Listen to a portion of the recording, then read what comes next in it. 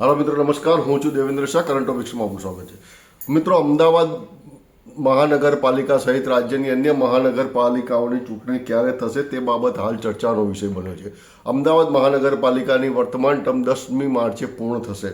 તે પહેલાં રાજ્ય સરકાર ચૂંટણી પંચ દ્વારા ચૂંટણીની જાહેરાત કરવામાં આવે તેવી પ્રબળ શક્યતા છે. ખાસ કરીને એસઆઈઆરની પ્રક્રિયાને પૂર્ણ થાય તે સમયની આસપાસ ચૂંટણીની જાહેરાત થઈ શકે છે તેવું રાજકીય વર્તુળો માની રહ્યા છે, નિષ્ણાતો માની રહ્યા છે.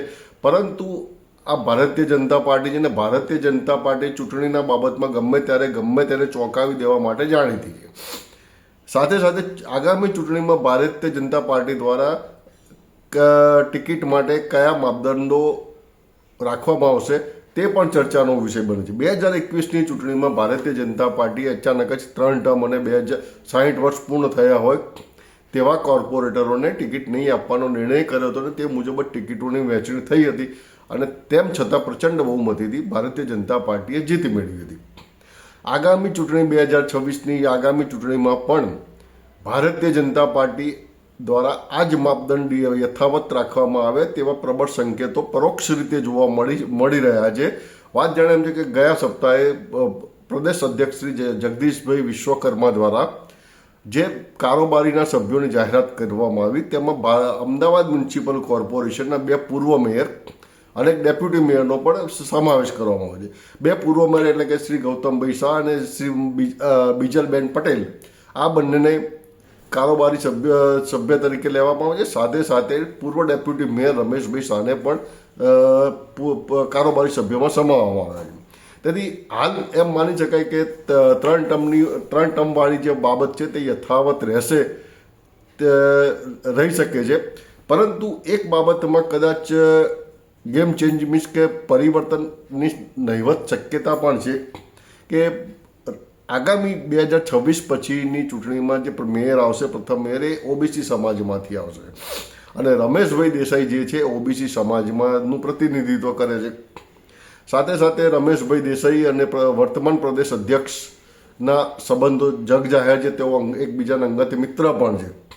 તેથી કદાચ અહીંયા ટ્વિસ્ટ આવી શકે છે કે નિયમની બાંધછોડ થઈ શકે છે તેમ માની શકાય. પરંતુ તે બાબત હાલ પૂરતી ચર્ચા કરવી કે તે બાબતે કોઈ કહી શકાય તેમ નથી. એક આ તર્ક વિતર્ક જે રાજકીય તર્ક વિતર્ક ચાલે તે બાબતે ધ્યાન દોરી રહ્યું છું કે આવું થાય કે ના થાય, થઈ શકે છે. બીજી વસ્તુ એ છે કે ભારતીય જનતા પાર્ટી દ્વારા દરેક ચૂંટણીમાં લગભગ નો રિપીટ થિયરીનો પણ ઉપયોગ થતો રહ્યો છે, અમલ થતો રહ્યો છે. હવે આ નો રિપીટ થિયરીમાં નવા ચહેરાને પણ તકો આપીને પણ ભારતીય જનતા પાર્ટી ચૂંટણી સતત જીતતી રહી છે.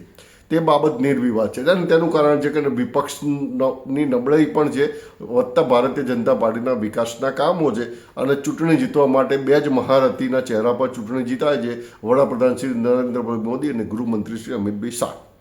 જેના કારણે કોઈ પણ વ્યક્તિ મીન્સ કે ગમે તેને ટિકિટ આપે નિર્વિવાદ જીતી શકે છે. પરંતુ તેનું મુખ્ય એક મોટું નુકસાન પ્રજાકીય કામોમાં થઈ રહ્યું છે ને જે વર્તમાન ટર્મમાં જોવા મળી રહ્યું છે. પ્રજાકીય કામોમાં ક્યાંક ને ક્યાંક અડચણ થાય છે, વિકાસના કામો રૂંધાય છે અને પ્રજાની પૂરતી સગવડ મળતી નથી. સાથે બીજી બાબત એ પણ જોવા મળી છે કે પ્રથમ ટર્મની ચૂંટણી લડતા જે પણ કોર્પોરેટરો છે તે પૈકી મોટાભાગના કોર્પોરેટરોને બજેટ ક્યાં લખવું, કેવી રીતે લખવું, પ્રજાકીય કામોમાં કઈ રીતે ઊભા રહેવું તેની પણ સમજ ઓછી રહે છે. અને જો 3 ટર્મવાળા પણ ની બાદ બાકી થાય છે તો તેમને શીખવાડના સાથે કોઈ સિનિયરો બહુ ઓછા રહે છે. જેના કારણે વર્તમાન ટર્મમાં એવું પણ જોવા મળ્યું છે કે મોટાભાગના કાઉન્સિલરો 1 વર્ષના બજેટને જે 44 લાખ રૂપિયા વાપરવા મળે છે તેમાંથી 20 થી 25% રકમ માત્ર નામોની તકતી લગાવવા પાડે. મતલબ કે જંકશન બનાવવા, સ્ટેચ્યુ બનાવવા, મૂકવા, બાકડા બનાવવા, આવ્યા પાછળ ભેળફ્યા છે.